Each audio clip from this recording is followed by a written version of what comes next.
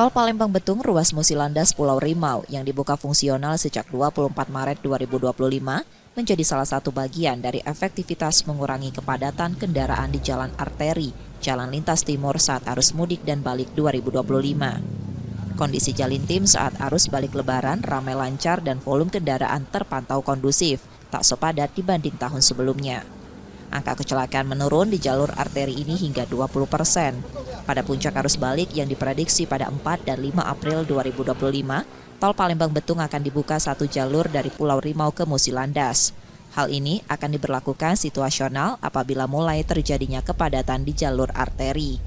Tol yang dioperasikan sepanjang 27 km dari 33 km dibuka pada pukul 7 pagi hingga 4 sore dan pemudik yang akan melintas diimbau memastikan BBM kendaraan cukup karena belum adanya fasilitas pengisian BBM.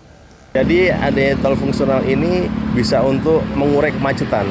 Jadi kalau tahun lalu hanya berfokus di jalur arteri, semua kendaraan hanya jalan di jalur arteri, kita bisa bagi di tol fungsional maupun di arteri. Tapi alhamdulillah di tol arteri sekarang juga lancar, dengan tol fungsional pun juga lancar. Dan alhamdulillah juga untuk laka lantas tahun ini juga menurun 20% Mbak daripada tahun lalu.